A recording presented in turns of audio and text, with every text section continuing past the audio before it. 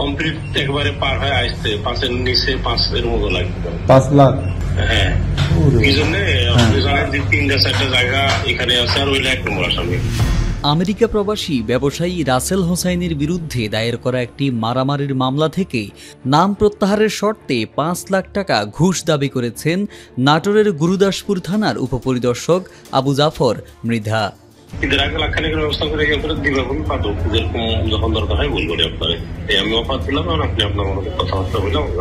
বুঝেন না, আমাদের দপ্তর তো বুঝে, আপনি তো মোটামুটি এমন হতে পারে নাম বাদ দিতে গেলে আমাকে স্পেশাল ডাকতে পারে, এই সময় স্পেশাল ডাকতে পারে, সাইকেল স্যার ডাকতে পারে, ওসি স্যার তো ডাকবেই। এসআই আছে আবু জাফর মৃধা, উনি আমার রাশের এক কর্মচারী আছে রাব্বি, ওর নানান ভাবে ফোন দিয়ে চাঁদা দাবি করছে যে 5 লাখ টাকা যদি আপনি দেন আপনার মামলা থেকে আমাকে অব্যাহতি দেওয়া হবে। ঘটনার বিষয়ে পুলিশ সুপারের কাছে লিখিত অভিযোগ করেছেন ভুক্তভোগীরা। নাটোরের গুরুদাসপুর উপজেলার সাঁসকৈট বাজারের বাসিন্দা রাসেল হোসাইন দীর্ঘ 15 বছর ধরে আমেরিকা প্রবাসী।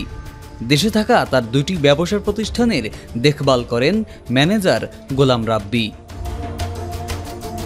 গত 16 মে স্থানীয় ইটভাটা ব্যবসায়ী ফরিদ মোল্লার দায়ের করা একটি মারামারির মামলায় রাসেলকে প্রধান আসামি করা হয়। মামলার তদন্তের দায়িত্ব পান গুরুদাসপুর থানার এসআই আবু জাফর মৃধা।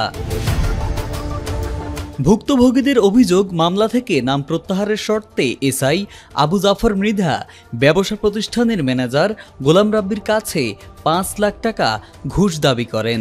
গত কিছুদিন আগে চাঁসকৈট বাজারে যে একটা গন্ডগোল হয়, সেই গন্ডগোলের মিথ্যা বানোয়াট মামলায় আমার রাসেল হোসেনের নামটা জড়ায় দেয়। তারপর থেকেই যে তদন্তকারী সাব ইন্সপেক্টর আবু জাফর মিয়া আমার দোকানে আসে, দোকানে এসে বিভিন্নভাবে আমাকে হুমকি ধামকি দেয়, ফোন দিয়ে টাকা দাবি করে। সে প্রথম অবস্থায় 5 লক্ষ টাকা দাবি করে।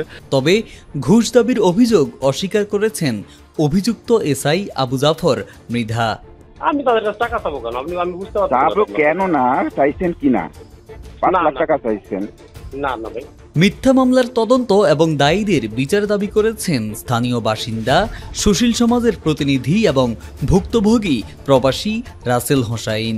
যেহেতু এর আগেও আমি অনেকবার হয়রানি হয়েছি, এবারও হয়রানি হচ্ছি, আমি আবু জাফর মেধার বা এরকম দুষ্কৃতিমূলক আপনার পুলিশ অফিসার এর বিরুদ্ধে আমি একটা বিচার দাবি করতেছি। আমরা যে ঘটনাটা জেনেছি, এতে পুলিশ রক্ষক না হয়ে ভক্ষকের ভূমিকা পালন করছে, এটা অত্যন্ত দুঃখজনক। আমরা এই ধরনের পুলিশ কর্মকর্তার তদন্ত সাপেক্ষে শাস্তির আওতার মধ্যে কর্তৃপক্ষ নিয়ে আসবেন বলে আমি প্রত্যাশা করি। ঘটনার পরিপ্রেক্ষিতে জেলা পুলিশ সুপারের কাছে লিখিত অভিযোগ জমা দিয়েছেন ভুক্তভোগীরা। আর আমি এই সম্পূর্ণ প্রমাণ ডকুমেন্টস আমি পুলিশ সুপার কার্যালয়ে জমা দিয়েছি, একটা লিখিত অভিযোগ দিয়েছি। আমি আমার পরিবার, রাসেল ভাইয়ের পরিবার, রাসেল ভাই এই নিরাপত্তাহীনতায় ভুগতেছে, আমি আর সুষ্ঠু বিচার চাই। ক্যামেরার সামনে মুখ না খুললেও পুলিশ সুপার জানিয়েছেন লিখিত অভিযোগের ভিত্তিতে তদন্ত করে দ্রুত ব্যবস্থা নেওয়া হবে।